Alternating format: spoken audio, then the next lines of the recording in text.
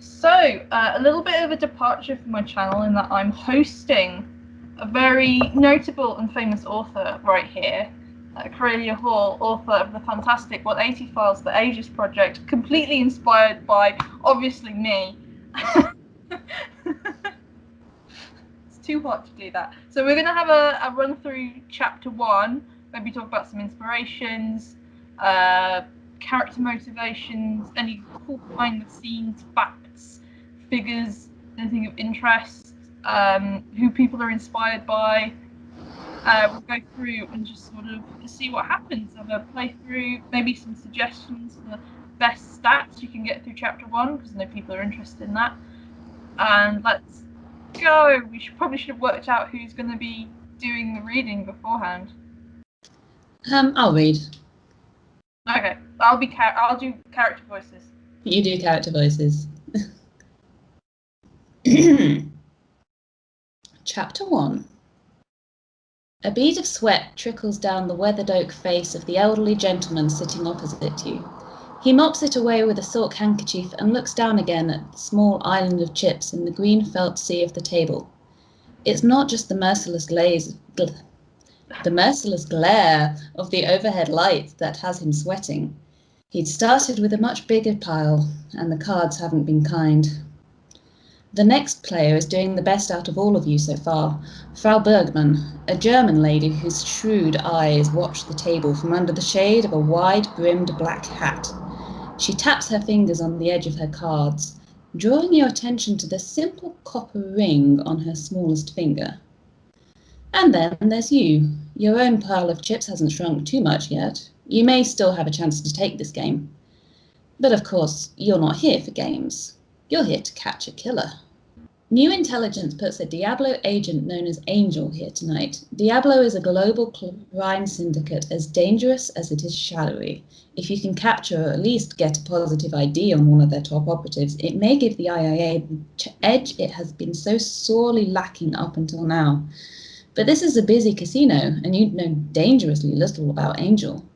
Your only lead is the casino's owner, Mikhail Petrovich, who's suspected of trying to broker a deal with Diablo to save himself from bankruptcy.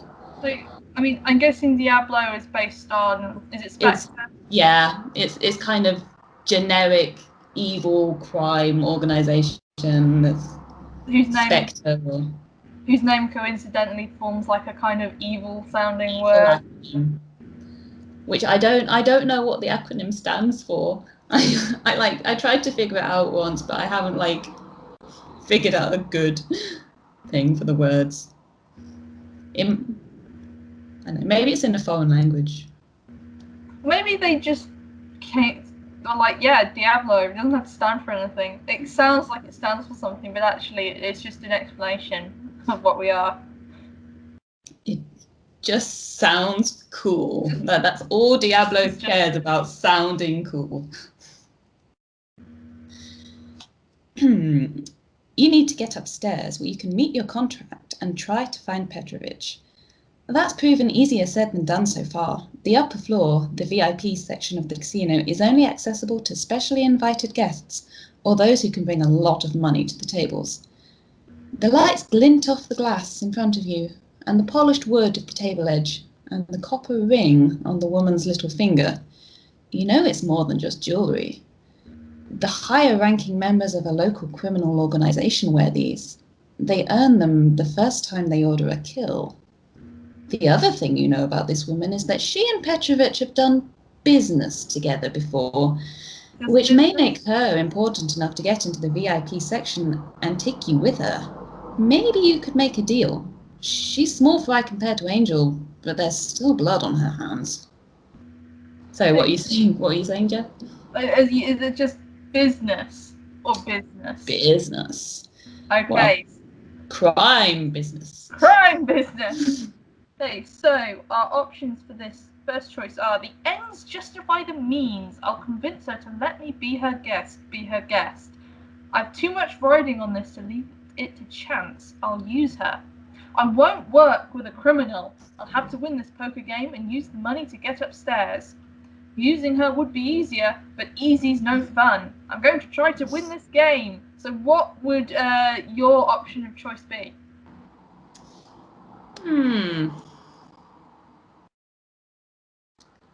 I would use her.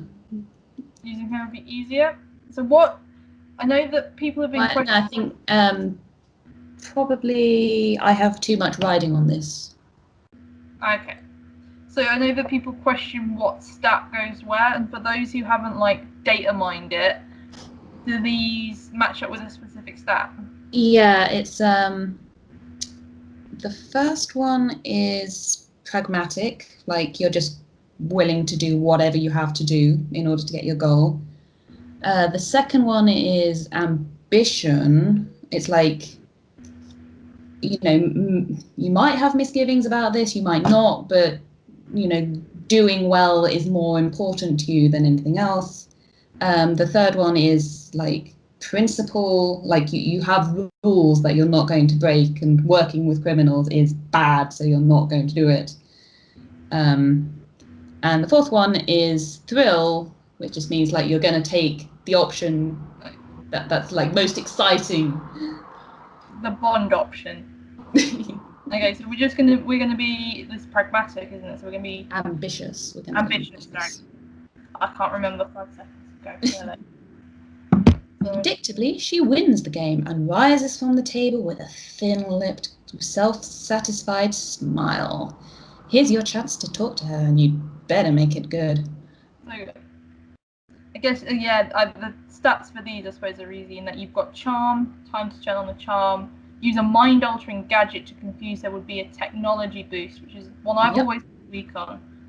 Use some menace to convince her you'd be a better ally than enemy, which I suppose is intimidating, sort of. I'm a threatening dude. Yeah. So what? I'm going to say tech, because I don't usually use tech when I go through, so we'll try tech. I think I tend to be, when I play through, I tend to be very charming, and then I forget about tech until I need to use a tech stat, and then I'm like, oops, all fingers. And also, like, it was kind of fun coming up with sort of like weird gadgets, even if they are not at all scientific. From your pocket, you pull something that looks like a pen. That impression would waver on closer inspection. It's a bit too chunky, too heavy, with additions that look too complex. But this is only a prototype. It's not even technically approved for field use yet, but R&D likes you. You click the button on the end and feel the barrel heat as it charges. And then you walk towards Bergman as she moves away from the table. Maximum range of 10 centimeters. This is going to have to be close and fast.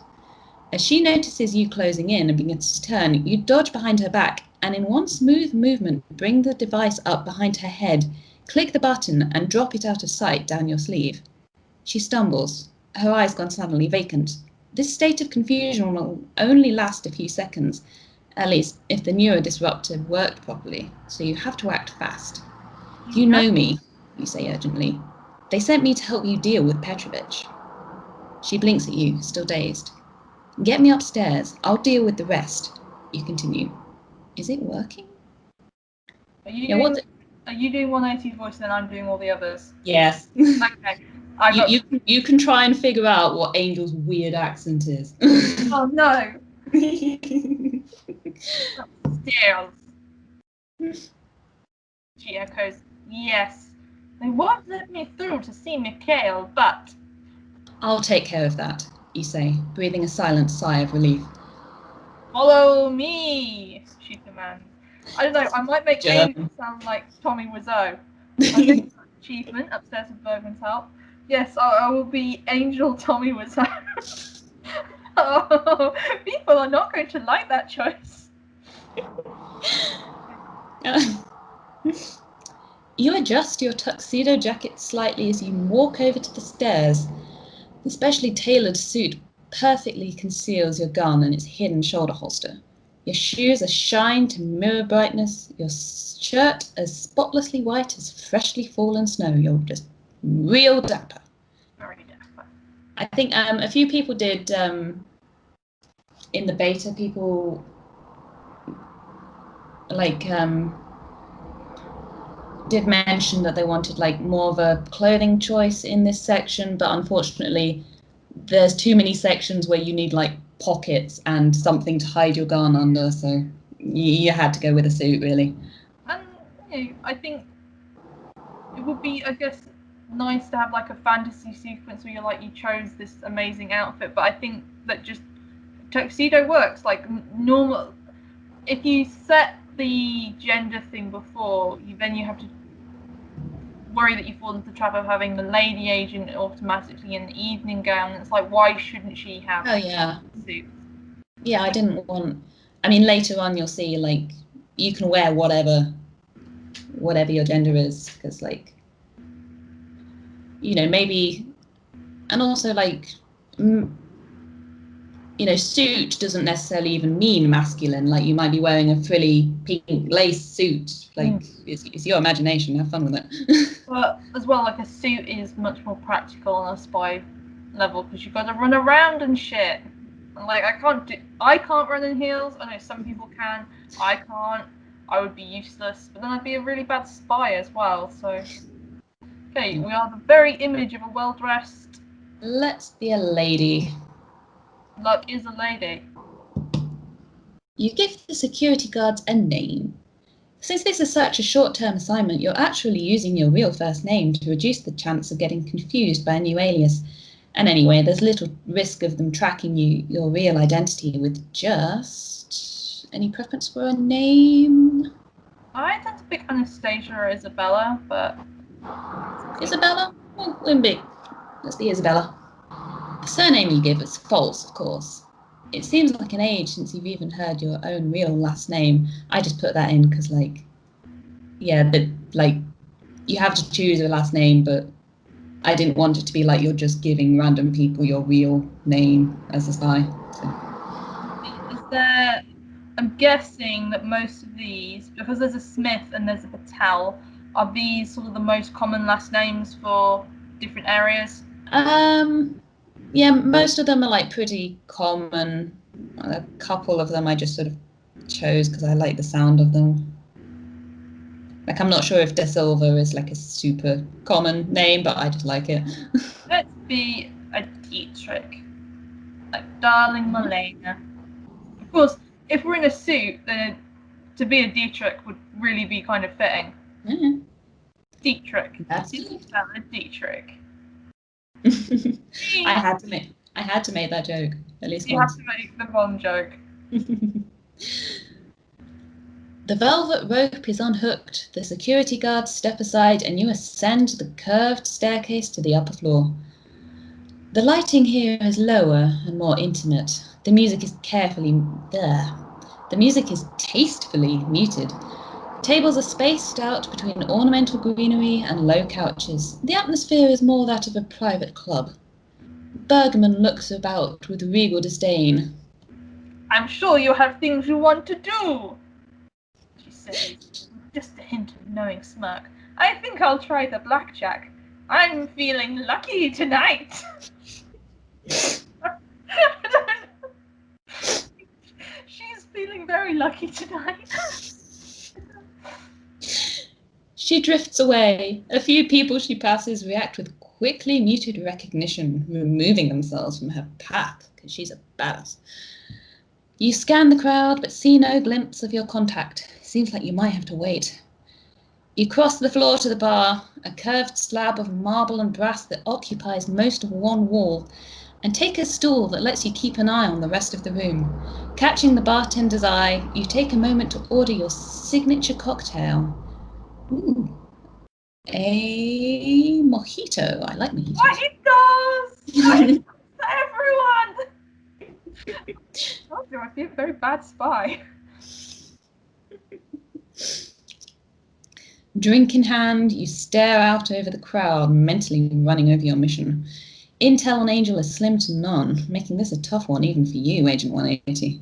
But you're not one to back down from a challenge. After all, you're a highly trained field operative known for...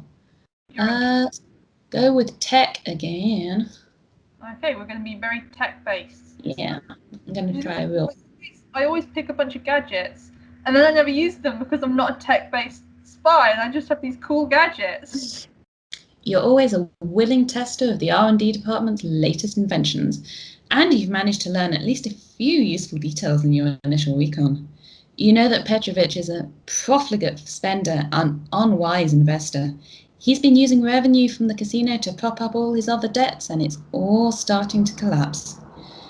And you have your contact. You met yesterday when you were first scoping out the place. Across the room, your eyes had met those of... Handsome man, handsome man. I don't know why, but I always imagine Angel as looking a bit like Chris Evans in like super Captain America mode with the Dorito shape.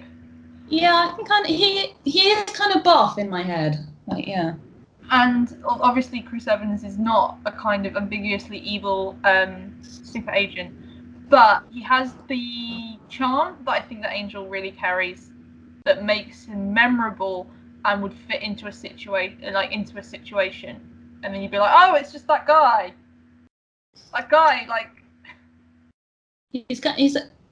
He's Chris Evans in Fantastic Four rather than Captain America. It's like douchey Chris Evans. Douchey Chris Evans, or Scott Pilgrim. Ah. When he's Lucas Lee. Which it's the 10th anniversary of Scott Pilgrim, and I'm like, so old. Tall, elegant, he was dressed in a white tuxedo jacket that perfectly set off his platinum blonde hair, bleached it like a douchebag. Not to mention his broad shoulders and the long, lean lines of his body. There you go, Chris Evans. We're spoiling this chapter, aren't we? Oops. When he noticed you noticing him, he had winked like a douchebag. It had seemed only polite to wander over and introduce yourself, and you and Jet had ended up talking for a while. You learned that he was Petrovich's personal assistant, and it seemed that Mikhail Petrovich was not the most pleasant of people to work for these days. So, what would you suggest? I tend to go with charm because charm is such a useful stat to have in the game. If you can talk to people. I think maybe scare him a bit, because like tech and force is like a pretty good combination, I think, but it's not one I've like really tried. Okay, that will be forceful and technologically able. Yeah. Next. It didn't take much, though, because of course it didn't. Jet was already worried about the whole situation. He told you about Petrovich, the debt, the shady contacts, the increasing paranoia that saw him spending most of his time in his private offices behind a layer of bodyguards. He seemed to assume, and you made no effort to dissuade him, that you were some kind of law enforcement. You agreed to meet up again when he could get free. Just to make sure, you ran Jet's details by IAA analysts. Word back this morning says that his background checks out. Which brings you here, waiting. But now you notice someone else. You've seen this man before. He seemed to be everywhere you looked downstairs. Never played anything, though. Never spoke to anyone. Just watched. He's dark-haired, grim-faced, with a square, stocky frame crammed into an ill-fitting suit. And when he walks, one arm pendulums, while the other remains still, as if to keep within easy reach a hip holster. What's he doing up here? He's moving towards one of the slabs of muscle guarding the employees-only door at the far end of the lounge. A brief exchange between the two, and the door opens. There. That's Petrovich. He's tall and hawkish and immediately recognizable from your briefing. He looks more haggard than the photos you saw, wreathed in 5 o'clock shadow, his grey silk suit creased. He's got a nice suit. Petrovich has nice suits. Well, he's creased. That's why he's in debt. He's spending all his money on suits and crocodiles. Another bodyguard follows him out, and then Jet, trailing behind them, clearly uneasy. And though he's almost as tall as Petrovich, he is shrinking back as if trying to avoid attention. You're almost slipping forward off your stool, but you're too far away to hear any details of the conversation between the two men.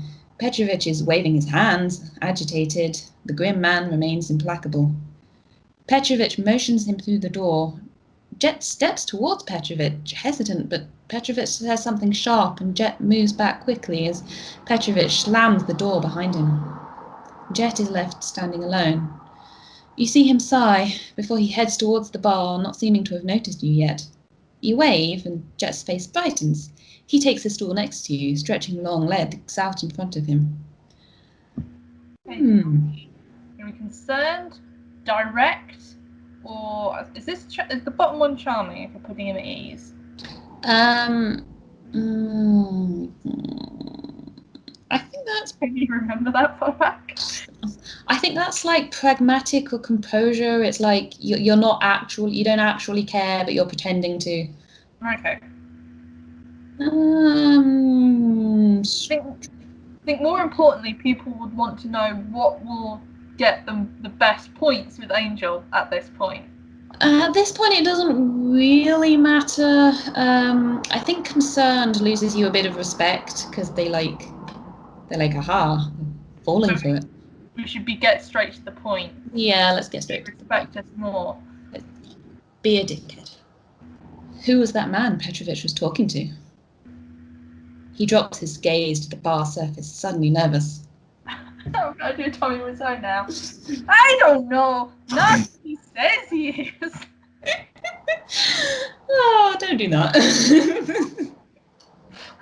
I'm sorry, but Tommy Wiseau also has a French accent with a vague hint of influence that no one can place.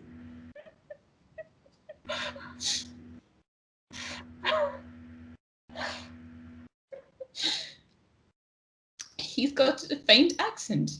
You'd say French with a hint of an influence you can't place. He leans in closer to you and you catch a hint of his cologne, cedarwood and smoke.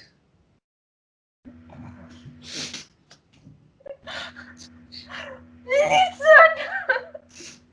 Mr. Petrovich has been involved with some not good people before, but this man, just the way he looks at you, he...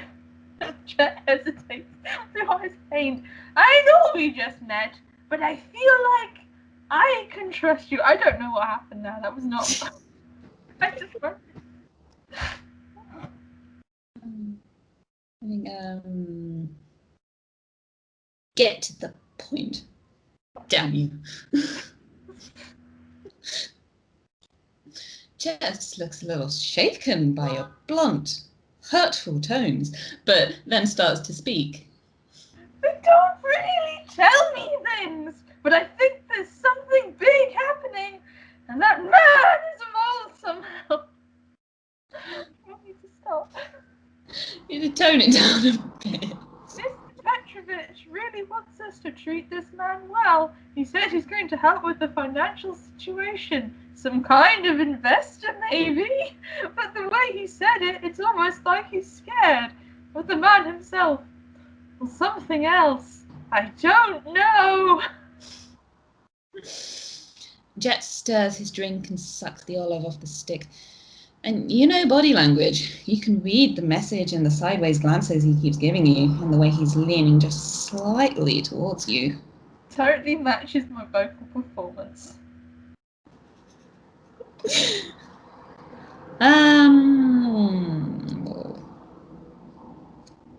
Let's be 2 ace for this shit. Was it my voice?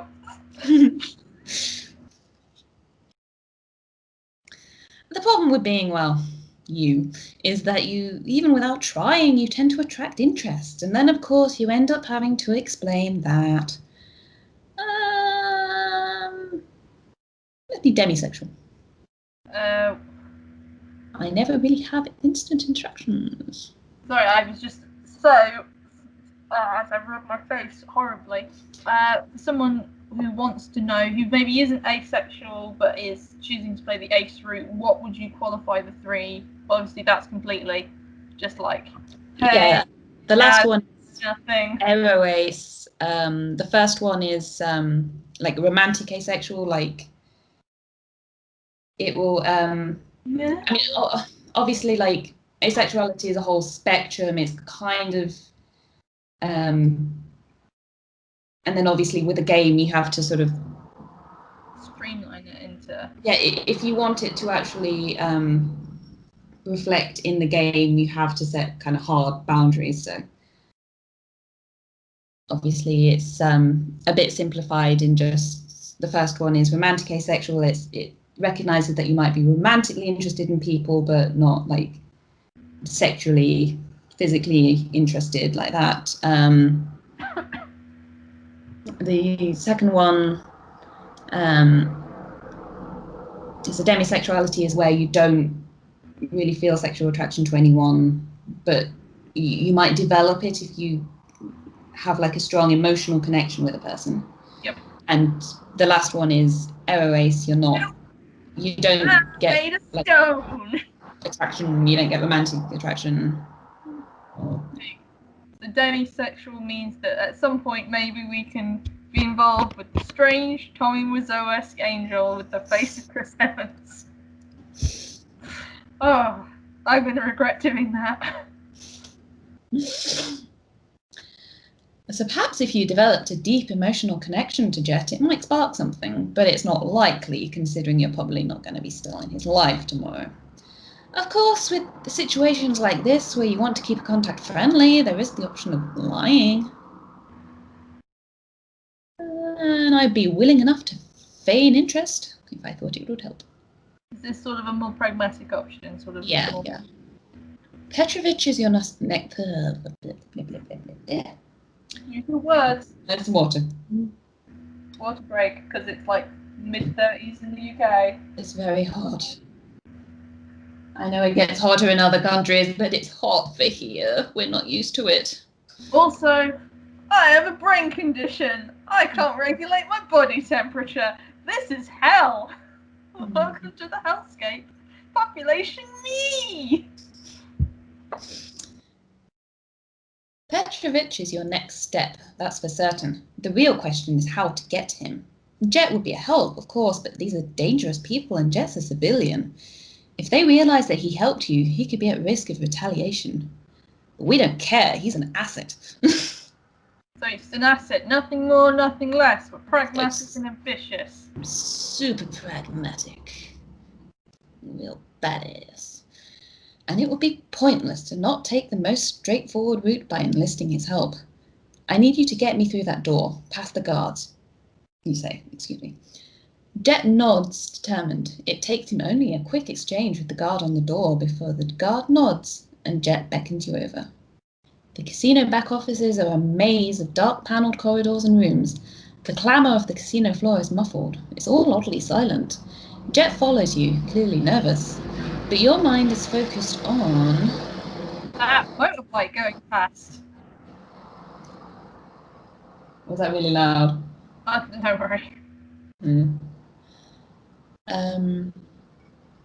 Let me see. This is first one's audacity, second one's forceful. Sorry, it used to be called ruthless in the old version, and I still like sometimes think of it that way. Third one is cunning, I believe. So let's go with the fighty. Fighty option.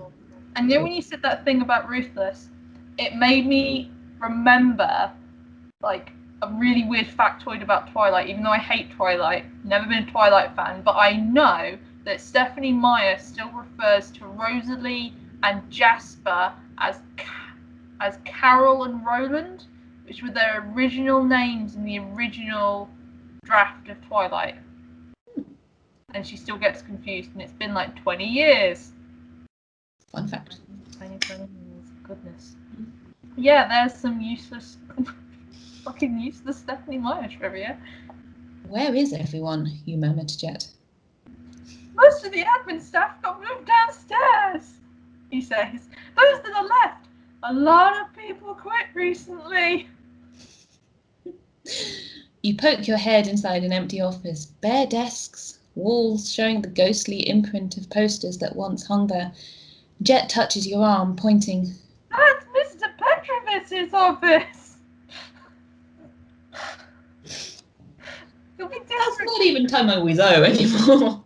It'll be different when he's no longer being Jet. This is his Jet voice. Okay. The door at the end of the corridor has stylized flames etched into the translucent glass. There's a shadow moving behind the window. It grows and becomes the clear silhouette of a man. The handle of the door twists. You back up, hiding behind the corner. So my question would be, does Petrovich know that Jet is Angel at this point?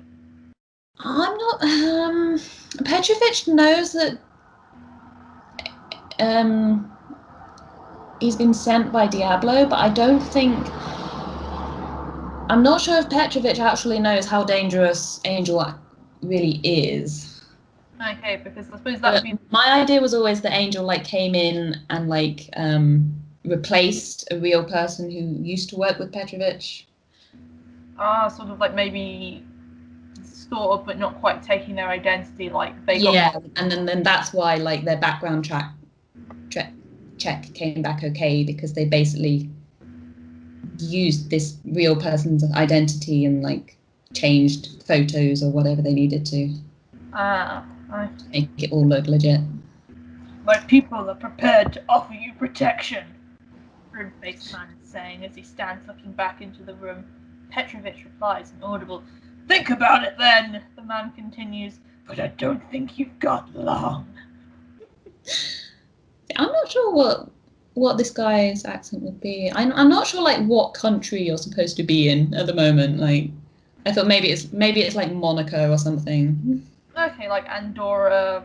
Yeah, Liechtenstein. It could be Liechtenstein. Everyone forgets about Liechtenstein. There you go. He's got a Liechtensteinian accent. Footsteps now, and the sound of the door closing. He's leaving, coming your way. You pull Jet back into the empty office as the man gets closer. His shadow passes across the frosted glass of the door, and then he's gone. That's him! Whispers Jet urgently. You're not going after him, are you?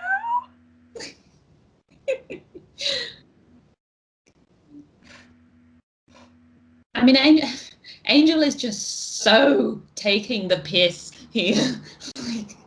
I feel like I'm Oh no, you're not putting yourself in danger, are you?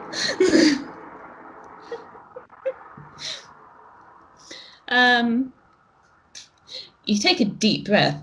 Petrovich is alone now, so you could talk to him as was your original plan. There's a new complication now, though. If that man is involved, if there's even a chance that he's the Diablo agent, then every moment he's walking around brings you closer to losing the element of surprise. Let's confront Petrovich. Can you press the stats button for a second? Okay. Got a name, division, mission. Skills profile. So we're not very suave, but we're very forceful and technical. We're not very audacious or cunning, though.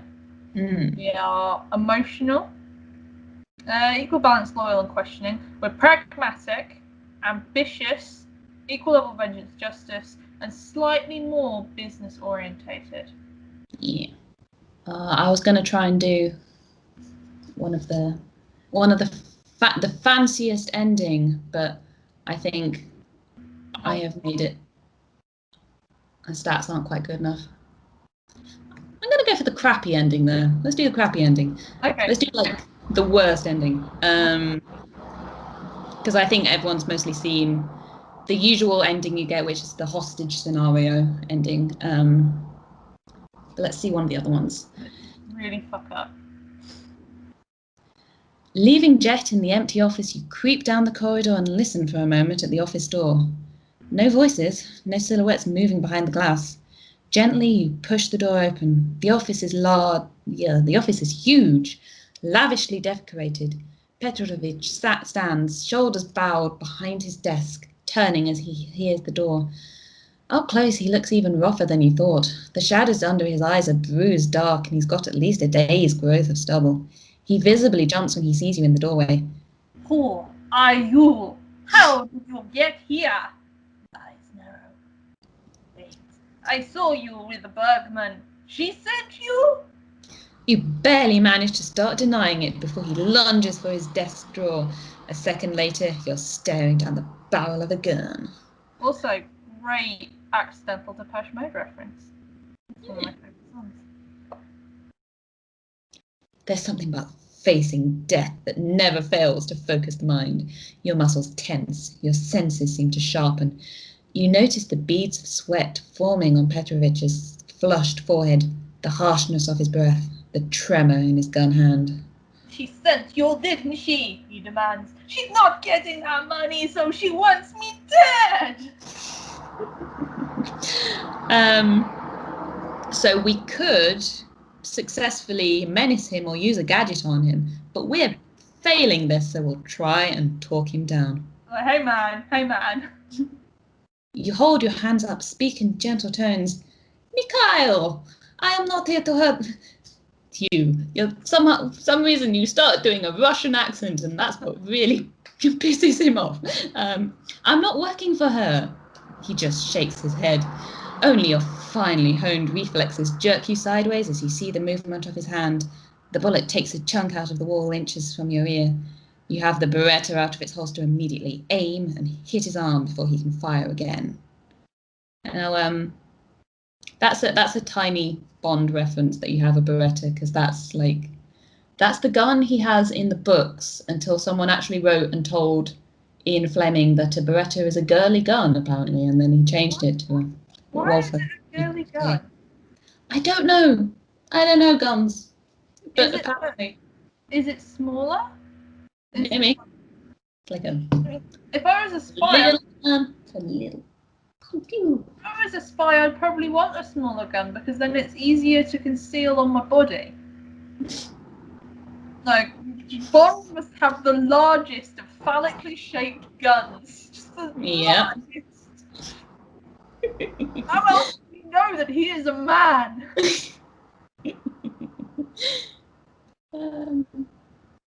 Yeah, we shot him. He slumps over, howling, while you automatically turn for the exit. Someone will have heard that. Someone is already coming through the door. Dun, dun, dun. The grim-faced man has a gun of his own, his face set in a snarl. For a breath, you are caught in a stalemate, weapons pointed at each other. Put the weapon down, he snaps. Police! Put the weapon down. Put your hands behind your head. What? He has a gun pointed at you, which is never good.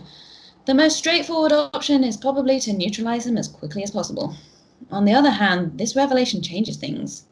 If you could just talk to him, but considering the scene he just barged in on, it will be incredibly difficult to convince him to listen. So what makes the crappiest ending?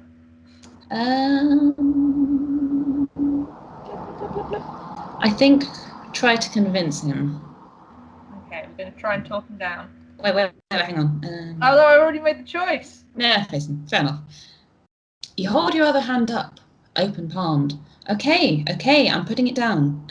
Moving with exaggerated slowness, you place the Beretta on the desk. As soon as you've put it down, he lunges forward to grab it and then shouts at you to get down on the ground. You hear the jingle of handcuffs.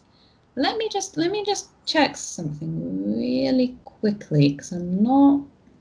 You checking the data? Yeah, I'm just checking like how high your stat needs to be, because I think we do not have it high enough. Crappy ending. You're gonna get shot by the Liechtenstein police. Carry guns in Liechtenstein? Yeah, probably not.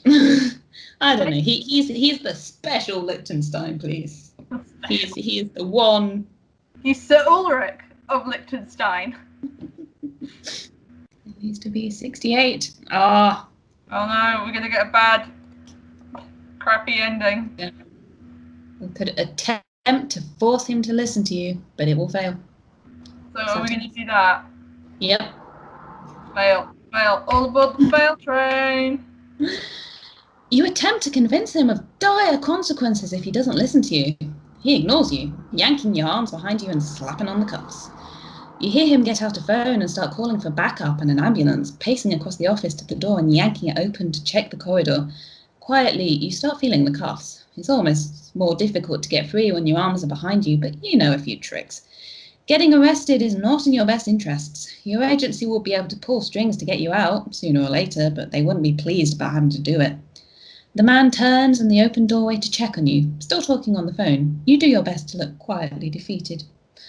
Then a noise from the corridor. The man turns, a thwack of skin on skin, a choking sound and a crash as the man falls to the ground, wheezing and clutching at his throat.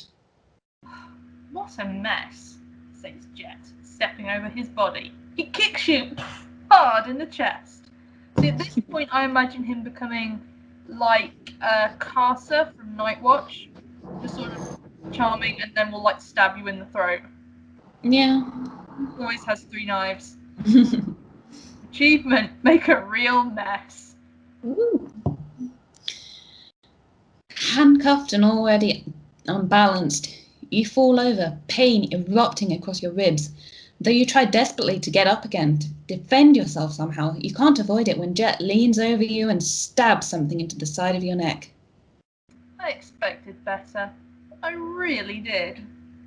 Numbness spreads along your neck, up along your jaw and down into your torso. As darkness closes in, the last thing you see is Jet's face. Darkness. As awareness seeps back in, you find yourself lying on cold concrete. Your head is pounding. A bitter chemical taste fills your mouth. Low voices sound somewhere in the distance. You try to move your hands and hear a metallic clink. You're handcuffed. Keeping your eyes closed, you wiggle slightly, discovering that your legs are also bound. Someone's getting closer. Should be wearing off any time now, says Jet's voice, coming closer. Someone kicks you. Your eyes fly open. Back with us, Isabella. Jet stands some distance from you, arms crossed. With him are 2 large men, dressed in the casino security guard uniforms. The rope around your legs trails across the floor and is hidden behind them. Angel, I presume. You look around. It's a big room, concrete and tile, but the floor you're on only occupies a small part of it. Behind Angel and the goons, the floor seems to drop away. There's an odd smell of stagnant water. Penny finally drops. I suppose if he's French, it should be like, Le penny finally drops. Oh. Penny finally drops. I'm not sure what like the goons are like. They're working on. They already worked at the casino, and like when they're told to throw someone to the crocodiles, they're just like, okay. Okay. I mean, I guess Petrovich was kind of shady, so he might have employed kind of shady dudes, Like, or they might be Diablo people that Angel just brought with him. Yeah, I was gonna say because otherwise these guys like this guy's Jet, but now he's Angel. Like, what's going on here? But I guess They're not paid to think or ask questions. hired goons. Okay, what option will impress him most? I don't think it makes a difference here. It's just I think it's a motivation thing. It's respond with a threat is vengeance, I think. Oh no, maybe it's emotion. Maybe it's emotion, composure. I know ask what you've done to the cop is justice, and what the hell might flirt is thrill. But yeah. Your choice. What do you choose? Flirt. Everyone chooses flirt. You wriggle, testing your bonds. You know, I usually save this sort of thing for at least the 3rd date. He grins mischievously. He pulls out a fan. I knew the IA was going to send someone. It's funny, you know. I spent a lot of time trying to plan for how to deal with you, and then you managed to get yourself into such trouble anyway. I feel you wasted my time, really. Anyway, don't have time to waste, so I'm afraid. He motions to the goons. Our acquaintance is going to be a short one. A dickhead. He just pulls out a big fan that says shame. He would, honestly. One of the guards turns and you notice what was hidden behind him, a chain hanging from the ceiling with a hook dangling from the end. He picks up the looped end of the rope tying your legs and attaches it to the hook as the other man starts to turn the handle of a winch. The chain rises, and though you struggle, you are dragged across the floor. With a sickening lurch, you are hoisted into the air, dangling upside down over the pit. There's a large pond down there, and in the water, something moving. Several somethings. This is not good. Did I tell you about Petrovich's crocodiles? Angel says, perversely upbeat. Too good a chance to miss, especially...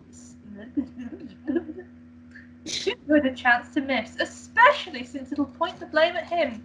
You did us a favour there. He's clearly far too unstable to be a good long-term asset. Once we're done with you, I think it's dos vidania for poor Mikhail.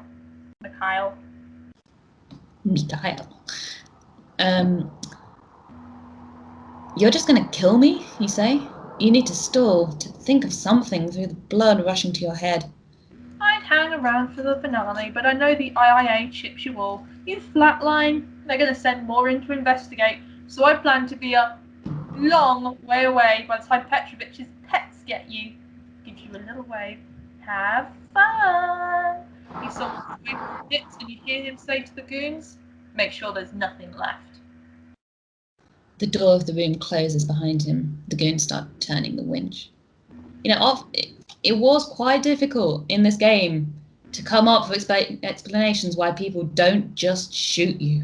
It's not fun if they shoot you. Anyway, we've got achievement unlocked, Jaws of Death. That achievement is purely so that I can make that pun. So, you're dangling upside down over a pit filled with hungry crocodiles. Things could be going better. Quick question, why did you pick crocodiles and not frickin' sharks with laser beams attached to their heads? So they could have a hot meal!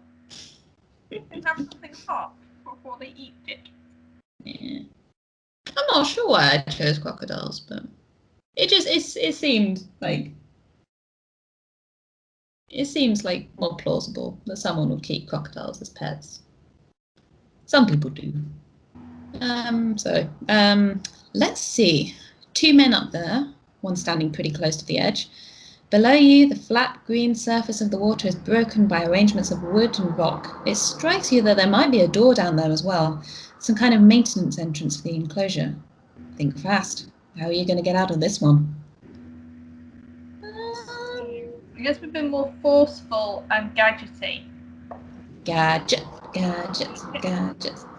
got a gadget I can use to cut myself free. Yeah. They've taken your gun and your jacket and emptied your pockets, which is why you needed to have a jacket and pockets, and cufflinks, because they didn't take your cufflinks. You fight against the handcuffs to hook the edge of your shirt cuff and twist around, then grab the metal stud. Every turn of the winch drops you down another foot, the rope digging into your legs, the motion making you spin and sway uncontrollably. It makes focusing on what you're trying to do that much harder. And just as you get the cufflink free, another jerk of the rope makes it slip from your hands. You make a wild grab for it, but can only watch as it tumbles into the murky water below. A dark shape below. Are we going to get eaten by crocodiles? Okay. A bead of sweat runs up the bridge of your nose and into your hairline. You take a deep breath to steady yourself. The other sleeve. One left. One chance.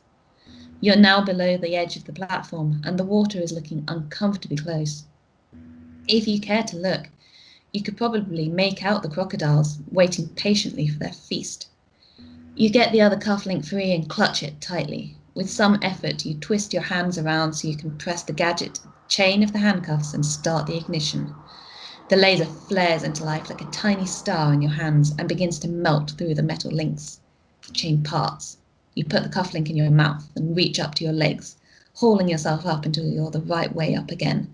Tangling one arm in the rope, you spit the laser back into your hand and use it to cut your legs free. You turn it off while it's in your mouth. It's like, okay, going to cut your face off. Then you start to climb. These You are cling not to the edge. my goons. What? They haven't noticed anything's wrong. They're just like, yep, All going to plan. That's what happens when you hire cheap goons. Hi, goons. You cling to the edge. The two men haven't noticed that anything's wrong yet, but that won't last long. What's your next move? I think sheer ferocity. They were quite forceful. So like that's first one's cunning, second one's tech, third one's force. I almost forgot what it was called again. And that's yeah, and that's suave. The last one's suave. You erupt over the edge of the pit and fly at the nearest man with a flurry of furious blows. He falls into a crouch, hands over his head, but you see his partner reaching for a gun. You throw yourself forwards, roll, and surge upwards to grab his gun hand, twisting the weapon from his grasp. He hurriedly raises his hands in surrender. Time to get out of here. You back out of the door with the gun still raised, then turn and run. You find yourself, eventually, at a back door and stumble out into an alleyway. No one here, no sound but that of traffic a few streets away. The orange streetlights leach the scene of all other colour, but you satisfy yourself that nothing lurks in the shadows. Looking down, you notice tyre tracks, a single line, a motorbike. No chance of chasing him down alone. Rides the coolest of vehicles, the motorbike. You call a number and ignore the automated system suggestions to press 1 to in favour of putting in a long memorized code. Moments later, a control agent picks up. You quickly explain the situation, ending with, "We can find the bike on traffic footage, just give me a direction." Negative, Agent 180. You're being pulled up this assignment. The information you've gathered on Angel will be fed to the law enforcement agencies. You're to report to the Paris branch at your earliest convenience. No, you can't take me off now. I'm too close to. You're a loose cannon, Officer Meow Meow Fuzzy Face. Those are your orders, Agent 180. The voice becomes stern. It was always stern. You'll be debriefed at Paris. The line goes dead and you snarl in frustration. But there's no way to argue. You start walking. Yes, are we going to do chapter 2 or continue? Or we'll save that for another week? I'm okay to do chapter 2. Take a water break. Yeah, chapter 2's got Agent 100. My favourite! Okay, after our water break, it's back for chapter 2. Electric Boogaloo. You stifle a yawn in the back of the taxi. The streets of Paris. Liechtenstein to Paris. Huh? You drove all the way from Liechtenstein to Paris. We did. Or we got the train or something. Wonder if you could get a taxi to take you from Liechtenstein to Paris. That would be a lot of money. Get an Uber. Oh, Uber driver. So I'm going to start that again. You stifle a yawn in the back of the taxi. The streets of Paris slide by the window. Brightly painted traffic drones hover overhead, monitoring the busy roads because it's slightly in the future. See, I didn't realise it was slightly in the future. I remember you starting this and like me reading it and being like, yeah, that's great, and never picking up that it was slightly in the future. I could sleep. This switch is abrupt, even for the agency, and you can't help but wonder what it means.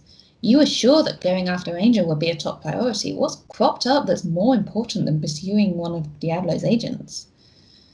Of course, when it comes to Diablo, there's always a personal edge for you, staring out the window without seeing. Your mood darkens as you think about what they've cost you. Left hand, left hand, left hand. That might be difficult because we clearly had both hands in the last scene. Both cufflinks. You have a prosthetic robot hand. Okay, so you want the left hand? Yeah. I only have a right hand. You'd been sent to find a rumoured workshop for the manufacture of illegal bioweapons. At the centre, a scientist codenamed Faustus. a rising star in Diablo for his invention of several new and terrible drugs and toxins. You may wonder, is there any logic to Diablo codenames? And no, there is not. They just pick whatever sounds cool. Cool. I mean, Faustus makes sense in that, like, he's a doctor. He's like, yeah. So, Dr. Faustus, that makes sense. Evil. Although, in the play, obviously, doctor meant a different thing 500 years ago, so he was a doctorate of theology and philosophy, I think, which is why he knew about devils. The workshop was real and the situation worse than you'd thought. Faustus was planning to test his latest mutagen on the local populace by releasing it into the water supply. You managed to stop that from happening, but then things went wrong. Dun dun dun dun. You were captured. Faustus reasoned that since you had deprived him of his experiment, he would use you to trial one of his latest concoctions, which he injected into your hand. By the time you were rescued, the corruption had spread too far, and to save your life, your hand and arm below the elbow had to be amputated. What you currently wear in its place is an advanced prosthetic provided to you by the IIA. There's a nerve interface built into the stump, allowing you to move the robotic fingers with a thought. And with practice, you've been able to adapt to be able to do most of the things you need to with it, but it's unfeeling, lacking in fine dexterity. No true match for the flesh and blood hand you lost. Yeah, there was a thing here, like, I didn't want it to be like, oh, you lost your hand, but now you have a robot hand, so it's basically completely the same and everything's fine. But I didn't want there to be a sort of mechanical disadvantage in the game to having the hand background. So I didn't want it to, give you a stat disadvantage or make it harder for you to do stuff. But it does come up, and I did want to make clear that it's, a thing. It's a part of your life that you have this disability. Yeah.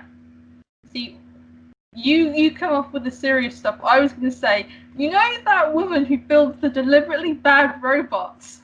I have a vision of this hand now, like trying to feed like a what's-it to a baby and going dunk, dunk, dunk, dunk. Evil hand. Or that one where it's like pat the baby on the head, it's like bang, bang, bang. So you were having like serious thoughts about like inclusion of disability in games and making sure that it's not a hindrance, but talking about the trauma of like a big loss. And then I'm like, robot hand go wrong, smack, smack.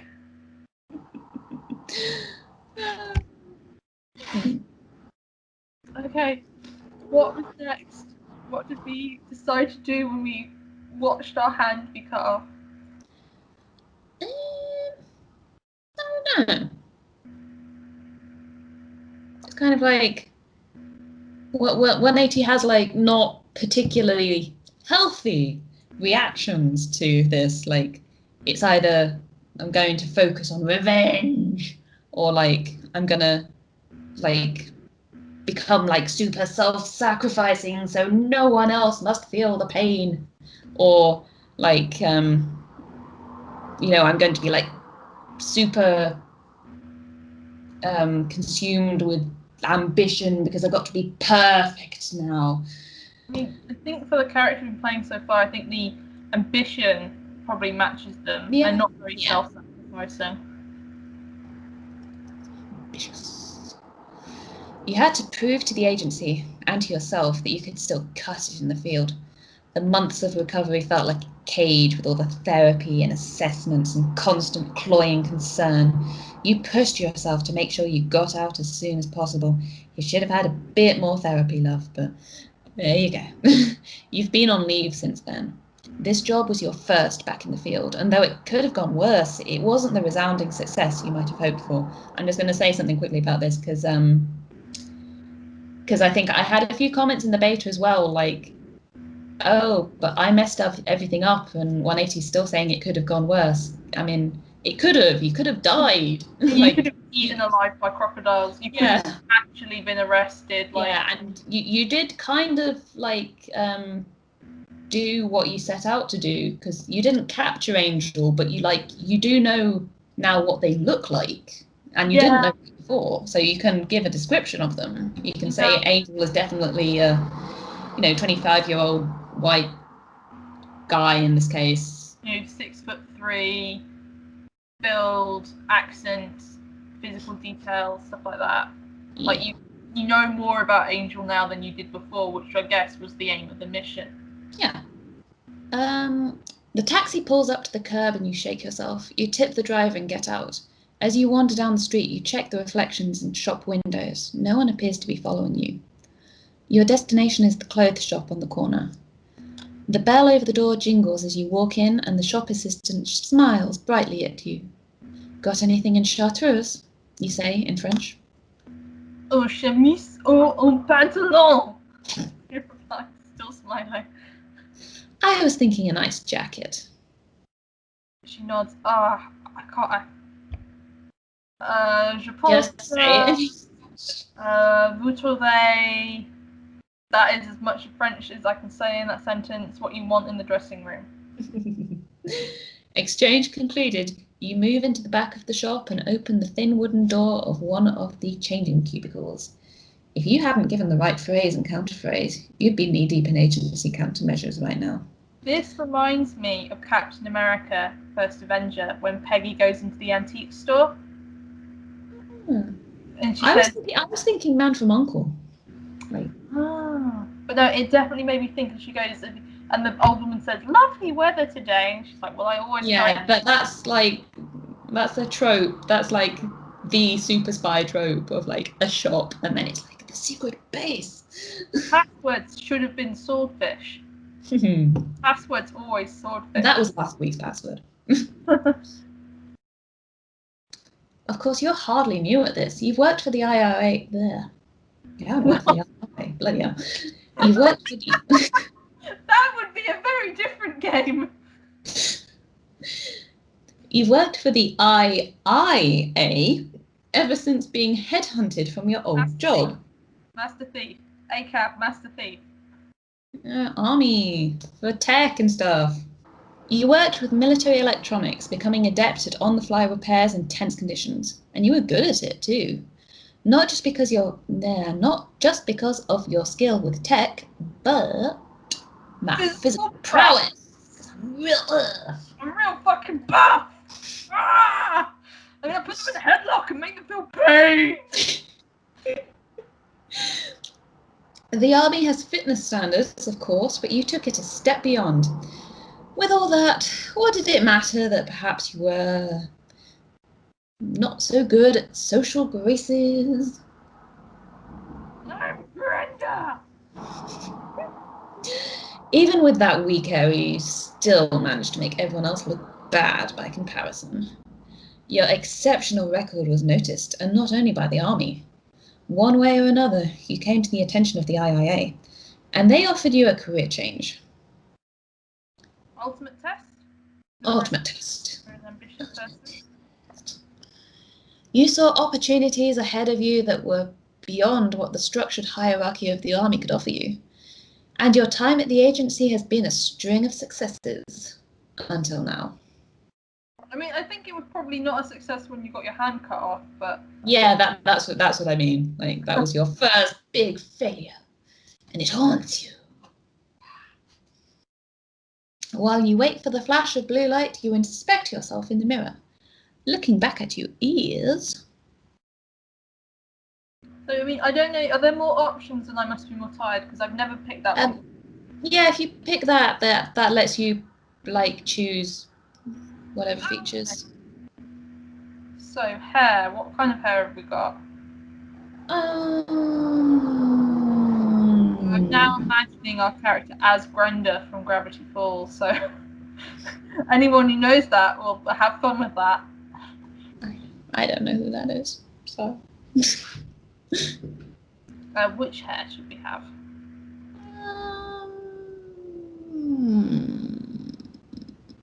Let's go black hair. Okay. Black curly hair. Cheers. Super impractical waist-length hair. I don't know, I was gonna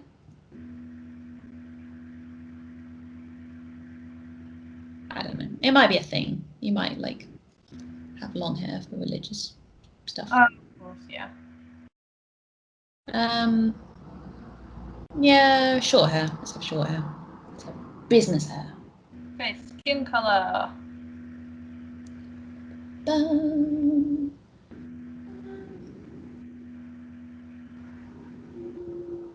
Tan. We are called Isabella. We might be Hispanic. Maybe. What was our last name? Dietrich. Dietrich. There's a German community in Mexico for a while. Frida Kahlo's father was German. Eyes. Steely grey.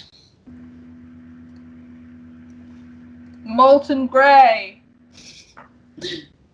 Like Christian Grey, we've got molten grey eyes. You look about as rough as you feel.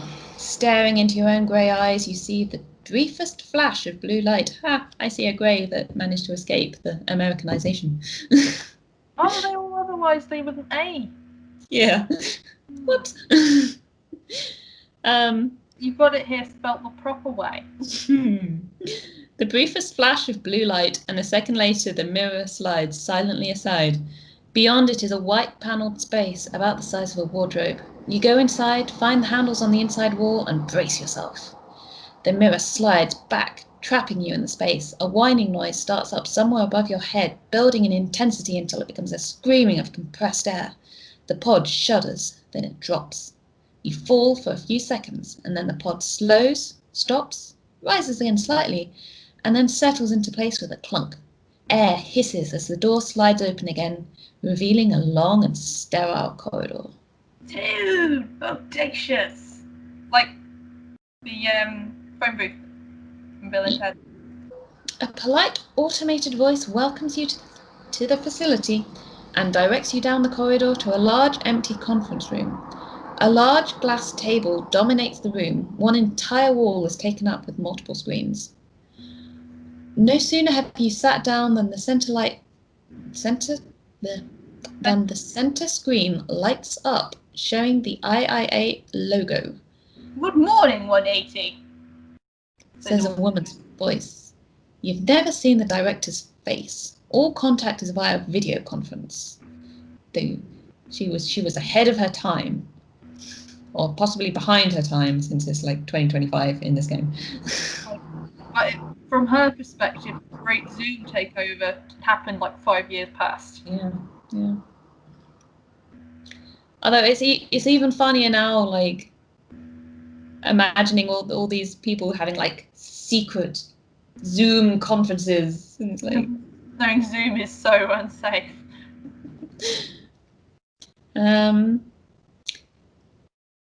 You've never seen the director's face. All contact is via video conference, though you know that she can see you.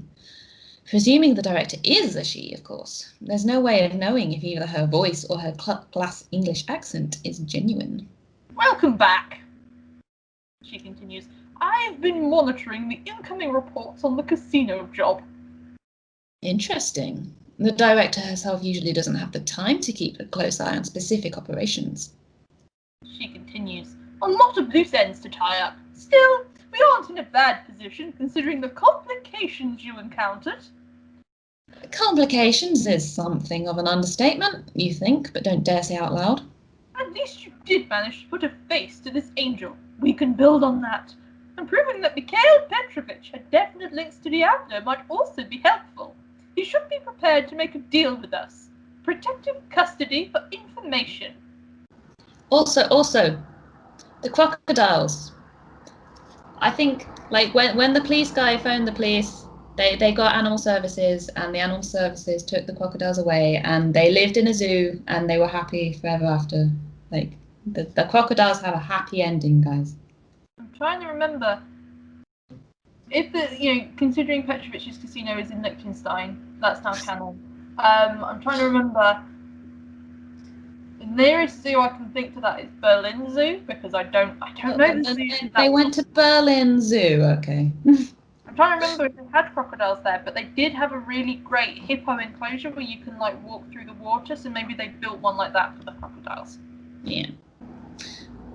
Good crocodile. I was going to call them like Snap, Crackle, and Pop or something, but I think they would have Russian names, but I don't know enough Russian to give like punny crocodile names.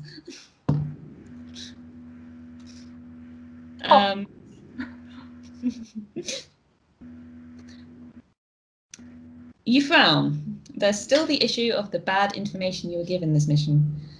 The police investigation you didn't know about, Jet's background check that didn't raise any flags. Was that an honest mistake or something more worrying? And should you even make a fuss about it right now? Let's demand to know. Demand to know if we're playing a loose cannon, damn it. Jeez, Please. no. That was an unfortunate oversight, she says, voice calm as ever. We weren't aware of the local police's covert operation until it was too late. Those sneaky Liechtensteiners. I almost died, you say. I'm quite aware, Agent, but you should know better that most missions don't always go to plan. Rest assured, we will be making every effort to make sure this doesn't happen again. So what's the next step? You ask. Why call me up to Paris? Oh, do I have to do 100? If you want to be. I'm afraid. This, delivered in breezy tones, comes from a man who has just entered the room. He takes a seat near you at the table and gives you a genial smile. You look him over. Early to mid-50s, white, taller than average, salt and pepper hair gone entirely silver at the temples. He's wearing a charcoal grey turtleneck with smart black trousers and a brown corduroy jacket. The look is very carefully constructed. It says mild-mannered academic. Someone who poses no more harm than the possibility he might quote Proust at you without provocation. There is no provocation for having Proust quoted at you, let me just say. But no, I think... You don't... Yeah? No, I was going to be like, 100 was my romance of choice. Someone didn't listen to me, did not write it into the game, and I'm like so hurt. She knows. She knows of my my wall of inappropriate men who are all at least 30 years older than me. I can't help it. I can't help the way I am. I had no adequate father figure in my life. Well, you're not the only one who wants on Agent 100. I told you when you were like, no, it's fine, and then I was like, who was right? It's funny because he's supposed to have this effect on people like in universe, so I just. Well, it worked. Your writing worked. The academic look makes me think, not in a sexy way, of Sean Connery as Indiana Jones's father in Indiana Jones and the Last Crusade. Because when I was reading it, I got that Agent 100 is sort of like Bond, but older, sort of what's 20 years on for Bond. And that makes me think of Sean Connery as Indiana Jones's father. Like I said, he always looks like more Pierce Brosnan-y in my head. Like not entirely. Like I wouldn't say Pierce Brosnan is the face claim, but he's got that kind of like Iceland's most handsome man, Pierce Brosnan. Yeah. But yeah, so it made me think of that, specifically Sean Connery in that film, because that was the year that he got voted People Magazine's sexiest man alive, because he got sort of like this boost in public imagination because of that film. Not that I necessarily find him sexy. Oh God, please don't start doing a Sean Connery accent for 100. See, I find it more like a Toby Stephens. Because Toby Stephens was in Die Another Day, and he was the voice for James Bond for the BBC's productions of James Bond. He was very good at that. So, could be Toby Stephens. I've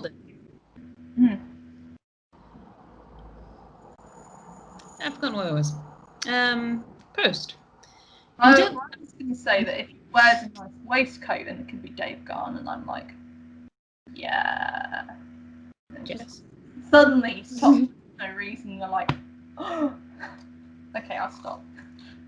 Please stop. You don't quite buy it though. Maybe it's the scar that twists his eyebrow, lending him an air of permanent wry amusement. Maybe it's some tiny detail of posture or expression, but something about him says danger. Heard you had a hard time of it, he continues, still cheerful. Crocodiles! Suppose you can't fault Diablo for style, eh? He holds out his hand. Agent 100. The Agent 100? The IIA's ace? The man who single-handedly took down Professor Maleficio's orbital iron cannon? I can't believe I left that in. Who foiled the Knight of Knives and so many other Diablo plots. I can't help but be a little starstruck.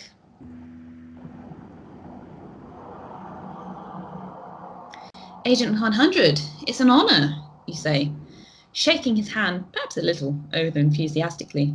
Likewise. Oh, sorry. Hey, I do the voices!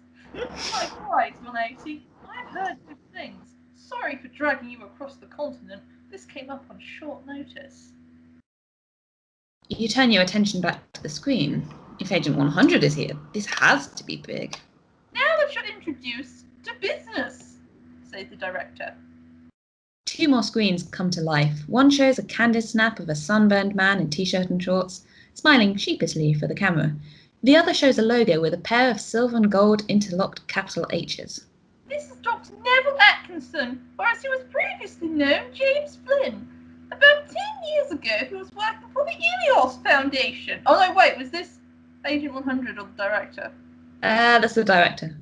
Okay, the tag for Agent 100 threw me off slightly. No, so maybe there should be a paragraph break there. Whoops. Oh, sorry.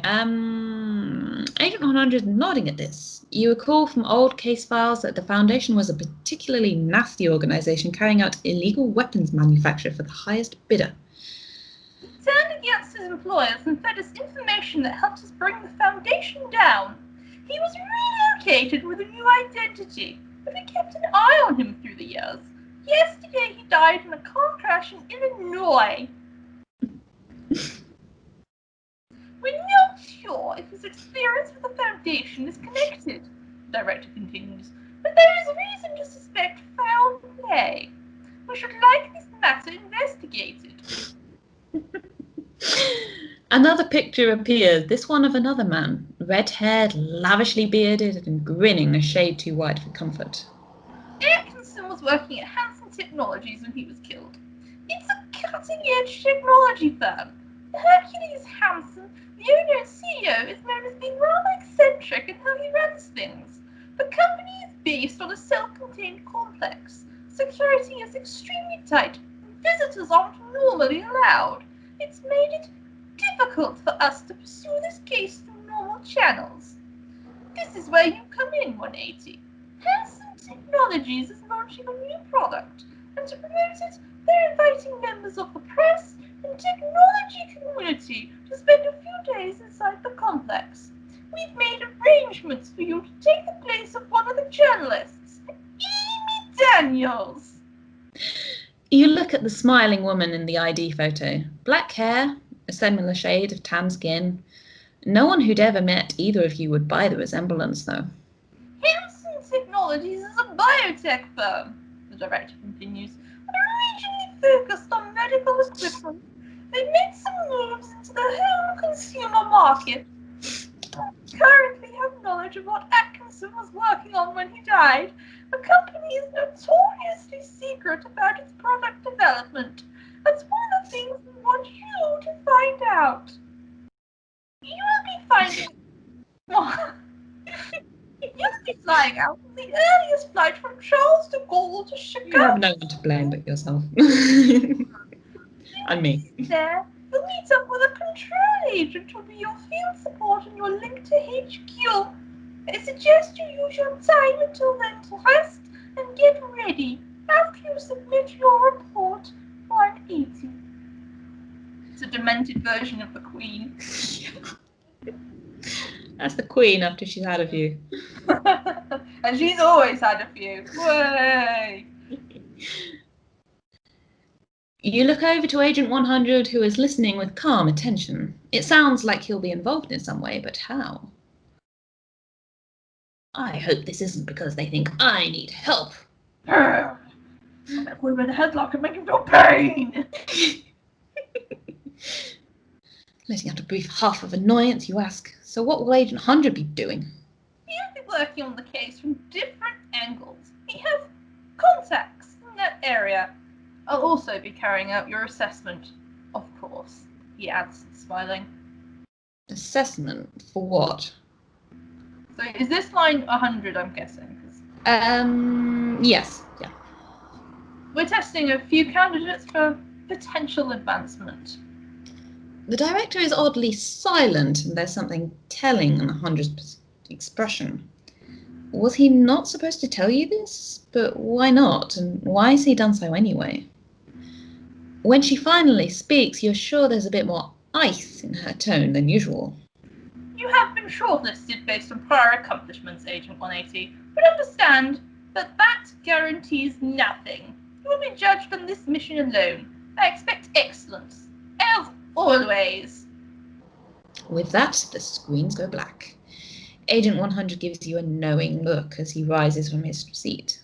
What's the joke here, and why do you feel it might be on you? But there's already a new call coming through for you. As he leaves the room, you settle yourself down for the tedious process of giving accounts and descriptions. A while later.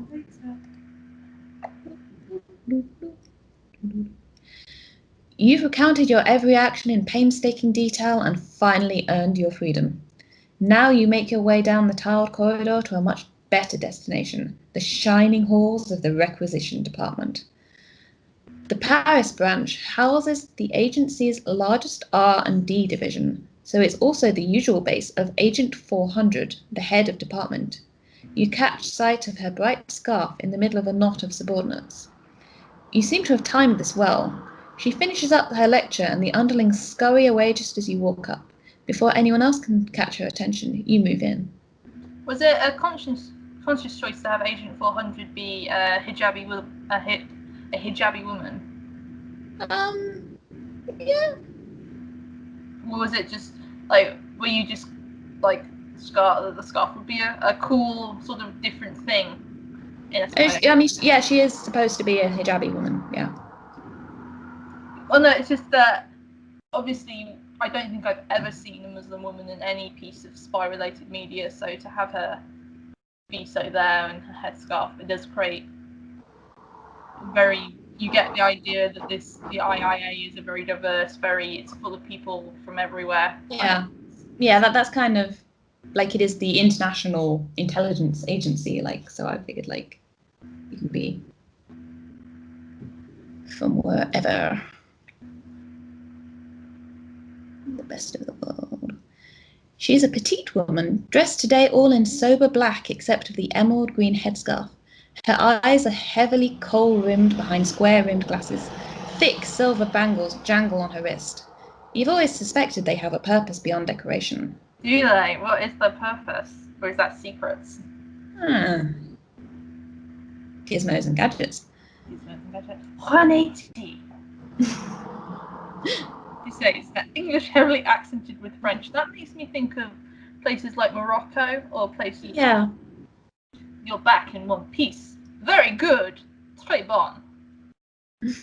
It was a close one, you reply. I'm afraid I did lose one of the laser links. She tuts. Why do I keep giving you field agents prototypes if you only lose them? If I ever meet that crocodile again, I'll see about getting it back for you. She shakes her head, but it's clear she's only teasing. This one's getting as bad as you, she says to Agent 100, who's just appeared strolling through the door. I don't know how much I've given to you that we've never seen again. All for a good cause, he says. Did Control give you the rundown on what we need? Yes, they say this compound has good counter-espionage measures, so we won't be able to get away with anything conspicuous. She rummages in a drawer and produces a narrow flashlight. Look at me for a moment, 180.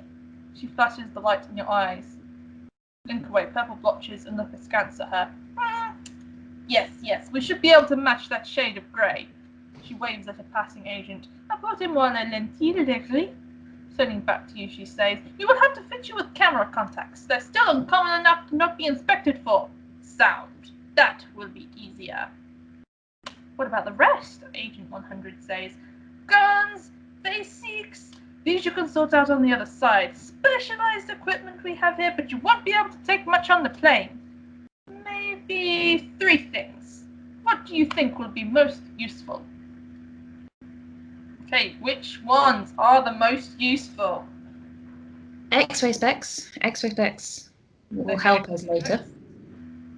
Get close enough and they'll let you see through anything but lead. I'll take that. And they're made of magic science, so they won't give you eyeball cancer.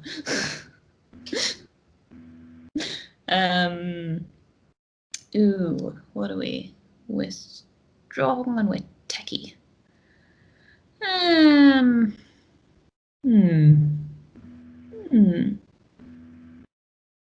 Let's go with the makeup for disguise, because the makeup reduces the amount of suspicion you gain in some cases, so that can be useful. I was just readjusting my fan. I have a fan under the table. I'll take that. A large palette of it. Sorry. Not fast enough. Too slow.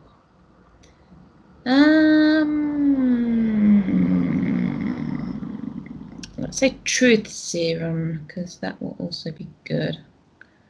Okay. To have 3 vials of a substance that can be injected or mixed into a target's food or drink. It doesn't compel the target to tell the truth so much as it puts them into a trusting state, making them more suggestible and less likely to be able to tell a convincing lie. I'll take that. You glance around the hall. The tables of people taking careful, methodical measurements, the distant pops and bangs from the testing ranges. A lot of experimental tech is developed here. Maybe you could wrangle something for yourself, if you can convince Agent 400 that you have the need for it. High-tech gadgets, high-tech gadgets. So this one. Yeah. So I've always managed to talk her into giving me something extra. But then I've always been a very suave character. If you're suave, you should go for the I get the good hustle or the good scheme, and then she'll give you that little program. Yeah, because it gives you the little Facebook program. Yeah. I've never had the drone before. Mm-hmm. You can only get the drone from high tech. Okay. So, speaking of prototypes, working on anything new? Anything special? The grin she can't hide is a good sign for you. She beckons you over to one of the tables and lifts something from a pedestal. It looks like a piece of origami if you could fold one out of sheet metal.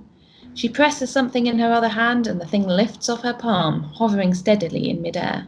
Almost silent. A drone, you say. This is the... Oh. This is me! I do the voices! This is the larger configuration, just about powerful enough to lift something small, like a set of oak clay. She breaks part of it off and shows it to you, the size of a large fly. And this is for surveillance. You start walking back to 100 as you talk. That should do.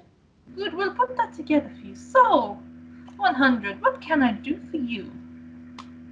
You leave as they begin to talk. As you walk down the gleaming corridor, the twinges of pain that you've been so carefully trying to ignore begin to play up again. Yes, you should probably make a stop at medical.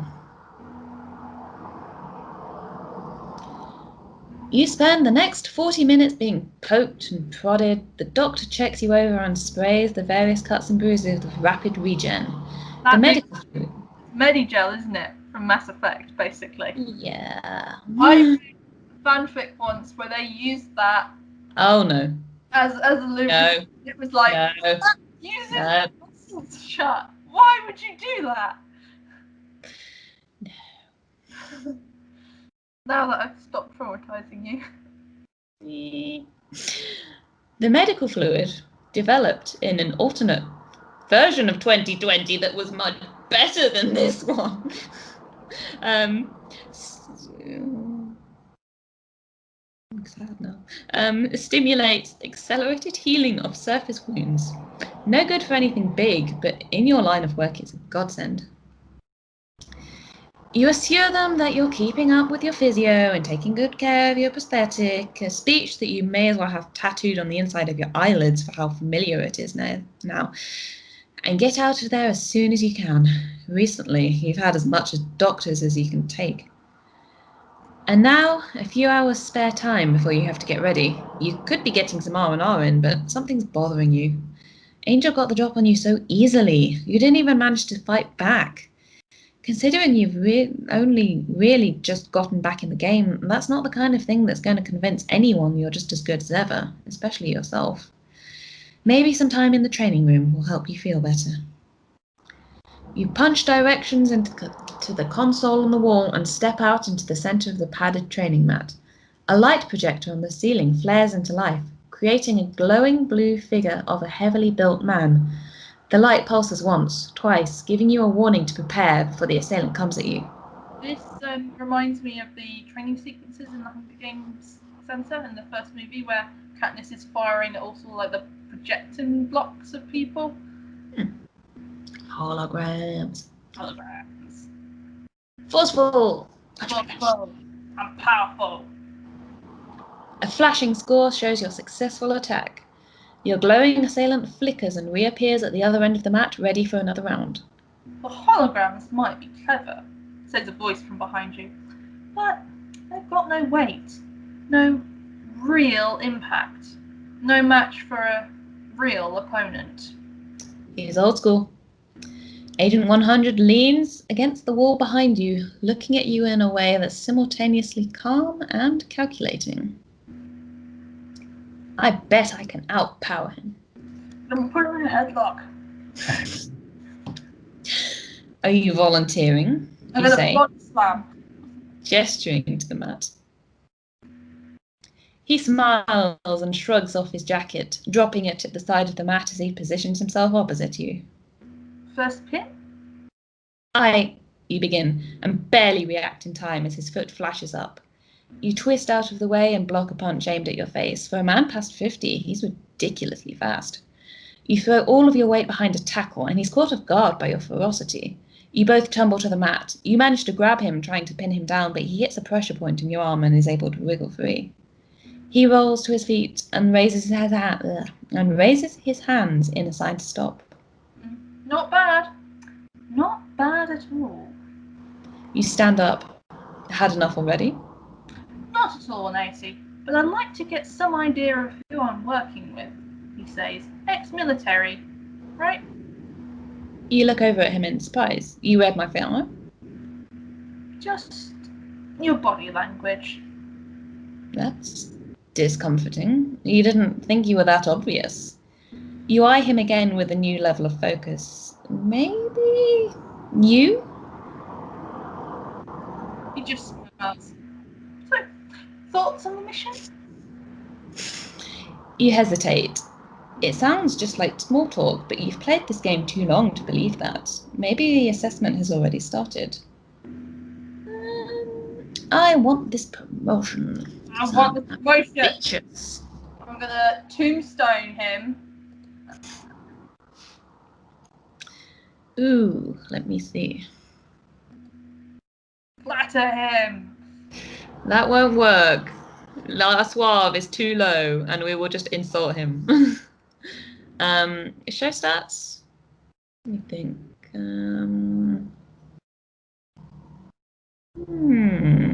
Oh, we are not suave. Ooh. I'm not sure we're going to be able to do this. I think you need a really high business for the business question. Really look back at them. Yeah, return to the game. God, let me think. That's justice, obviously. The second one's suave. I think that's composure, and then the last one's business. But we are very emotional, so we're not composed. Let's go with business. The last one, sorry. Commitment to my work. That's what we like to hear. Oh, he did like that. Maybe it's wishful thinking, but you think you hear genuine approval. He turns and walks back to the side of the mat. He picks up a folder. Did they give you the file and your cover identity? Yes, you say, taking the papers from him and shuffling through them. Passport, visa, driver's license, plane ticket, all under Amy's name. I haven't had the chance to have a good look at it yet. No time like the present. By the time we touch down in Chicago, your story needs to be watertight. I know, you say. I'll work on it before we leave. You hesitate. There's something you've been wondering, and now might be the best chance you get to ask. I know some of it is classified, but the whole space station thing. A raised eyebrow. Yes? You fumble for the right words. What was that like? Absolutely. Bloody terrifying, he replies with a hint of a smile. Why do you ask?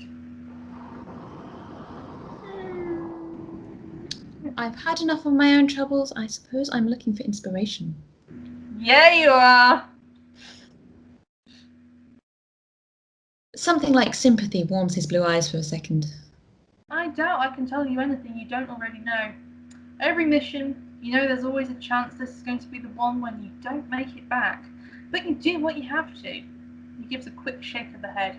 Anyway, no good dwelling on the past, eh? And I'm sure you've got prep work to do. Yes, I do have work, which you interrupted. Aww. Well, if earlier you chose to be like, ugh, why are you making me work with this guy? And then you say like, oh, thanks, I'm looking forward to working with him. He will call you out on it. You do make a habit of speaking your mind, don't you? He says cheerfully. Though not all the time, I hope.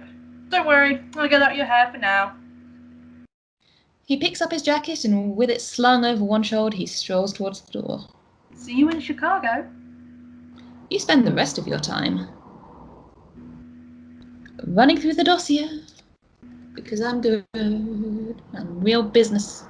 The headache from whatever drug Angel used on you still lingers miserably, but you're not letting that distract you from work.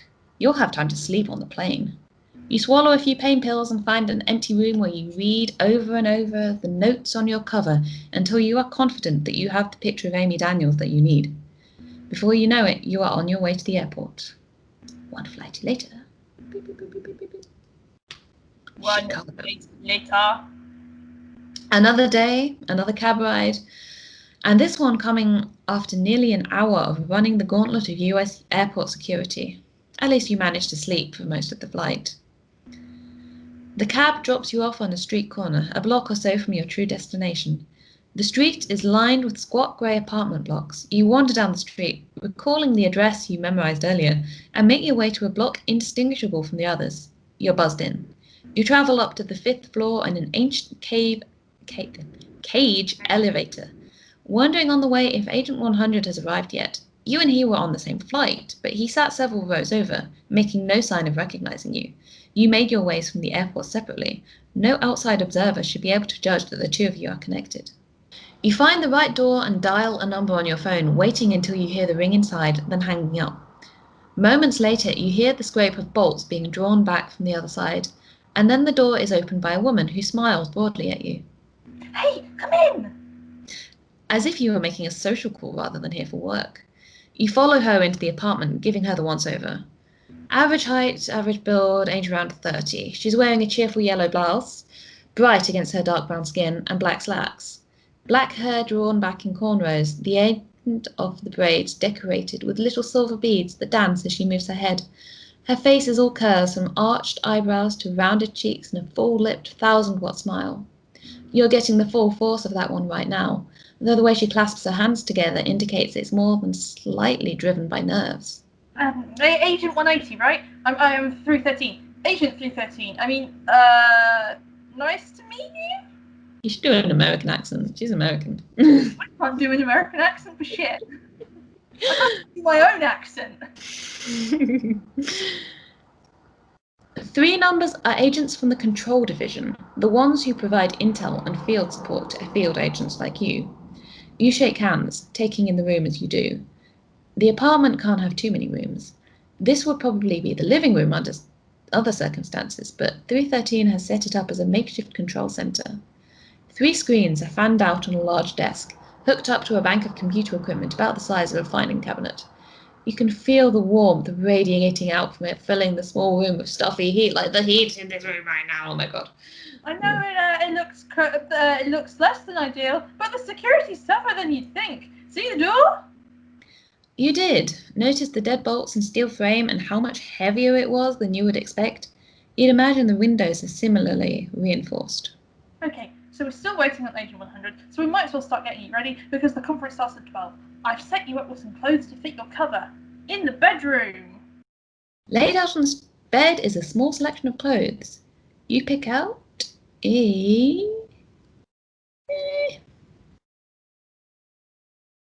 let's go with a dull grey suit. Boring suit. Ugh, pure polyester. It fits with the kind of budget Amy would have, but even you're barely managing to make this look good. You smooth back your hair and check yourself over in the mirror. Very professional. Boring, but professional.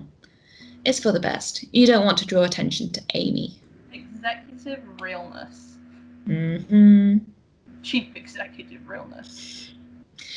Back in the living room, 313 starts fitting you for sound. You get a tiny earpiece and a sticky microphone, a patch of latex on your throat that blends into your skin. The signal for both is routed through your phone, camouflaged by the mobile signal. You're just putting in the camera contacts given to you by Agent 400 when 313's phone goes off, blinking away the blur in your vision. You glance over and notice that one of 313's screens is showing surveillance footage of the outside. He's here. Oh, sorry. I did again. Oh, who is this? He's here! He's here! He's here! He's here! So it's Agent 313 excitedly and heads for the door. Moments later, Agent 100 has joined you both in the living room, which is now definitely starting to feel cramped. He looks different now. Gone is the professorial look, replaced by button-down plaid, work boots, and blue denim. 5 o'clock shadow darkens his jawline, and his face seems more haggard. 313 introduces herself a little breathlessly, and 100 shakes her hand. A good, firm handshake, as you know from earlier. Supposedly the mark of an honest man, or in this case, perhaps a massively dishonest one. It's an honour, says 313. 100 looks a little strained as he says, well, thank you. I don't think we have much time before 180 has to get going. Is there anything you need to tell us? 313's eyes flicker to you, then away. Well, nothing you both need to know, she adds uncertainly. I think. Then more confidently. No, it's all set. 100 smiles. Right, so you've got 180 all hooked up. Do you have the things I requested? Yes, through here! They walk into the bedroom and you hear their conversation continuing, muffled. That's you, Pa. You idly watch the surveillance screens until they come back out again a minute or two later. 100 has a black duffel bag over one shoulder. 5 missions, not counting this one, 313 is saying, but this is the first one I've been sole support on. First time for everything then, 100 replies. I'll check in with you at the agreed time. 180. Have a quick word. Surprised, you follow him into the hallway outside the apartment. I'm a little bit concerned about this one, he says in a low voice. Control agents are supposed to be the final authority in the field, but it's better to get one who knows where to be flexible with procedures, and the green ones usually don't. Also, if she's not confident enough in giving orders, it could cause problems if things go south. He is being a dick here because he knows that she can hear this. I mean, it is dickish, but I suppose he's also right because this mission has the chance to go like massively wrong. Well, he's trying to. It's partly like he's trying to push her to like prove him wrong, but Right. it's still a dick move. Give her a chance. We've only just met. He nods.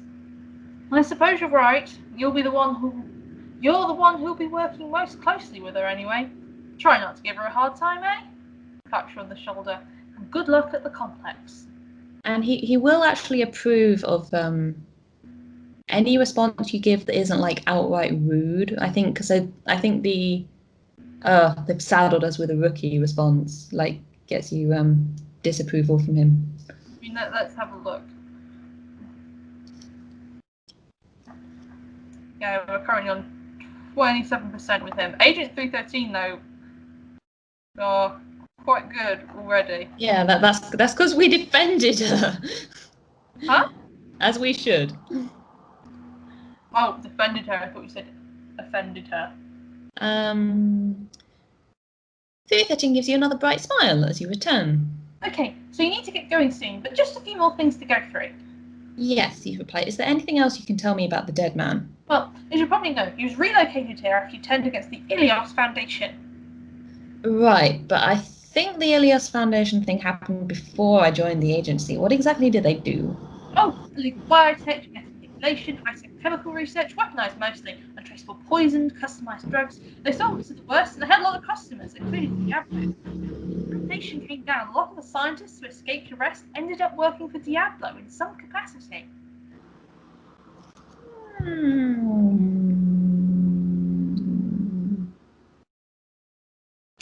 I think mostly this is like justice, vengeance, principle, pragmatic choices. Let's say some always seem to slip through the cracks. Oh, it definitely did. It was before I joined too, but I've been looking at the files, and this was a huge deal, and it all basically hinged on one man turning informant. I find that impressive. 13 looks into the distance, mouth drawing down at the corners. But by all accounts, he really did turn his life around. He never got so much as a parking ticket in all the years he lived here. How did he die, you ask? I was told a car crash. Sort of. According to camera footage of witnesses, he deliberately swept through, crashed through a barrier and off a bridge, and died at the scene of impact injuries. The post-mortem showed he was mildly intoxicated, but nothing that would have made him black out at the wheel. Police ruled it a suicide, but... But, considering his history with the Foundation, it seems suspicious, you finish. No one likes a snitch. I don't suppose we have any word that anyone who would bear him a grudge is in town. That's what you're here to find out, she says. Right, of course. And what will you be doing? I'll be monitoring you the whole time and providing any intel or technical support you need. The whole time, you say, surprised. This is unusual. You've been under live surveillance for parts of certain operations when you needed on-the-spot guidance, but never for the whole thing. You know this is an assessment, don't you? I feel like this character would complain. We've been complaining so far. But would we complain to her or in our heads? Okay. Let's keep it to herself. To be nice to 313. Well, because we're ambitious, but we're not mean. Say something to her, that will impact on what. Yeah, it's true. Thought makes me uncomfortable. Keep it to myself. Trying to be reassuring, 313 adds. I know it might seem awkward. I'm not going to be watching the feed every single second. You can use the bathroom in peace. Glad to hear it. Anything else I need to know? I guess you really don't need to be told this, but it's vital that no one finds out what you're really up to. If the people there start to get too suspicious, it could compromise the mission, so I'll be monitoring their reactions to you. That's it. Are you ready? That's just code for like, keep an eye on your suspicion stat in the stats page. I'm always ready. Okay, then good luck, 180. Hey. And that's the end of chapter 2, and I think that's the end for tonight because it's hot. It's hot. And I'm tired from doing such a masterful vocal performance. Oh, wonderful. Wonderful performances. Yeah, we'll be back with chapter 3 maybe next week. Yeah, so hopefully you enjoyed having a little bit of insight and a chat with us through the first 2 chapters of the 180 files, and we'll be back with more behind the scenes gossip and thirsting over old men next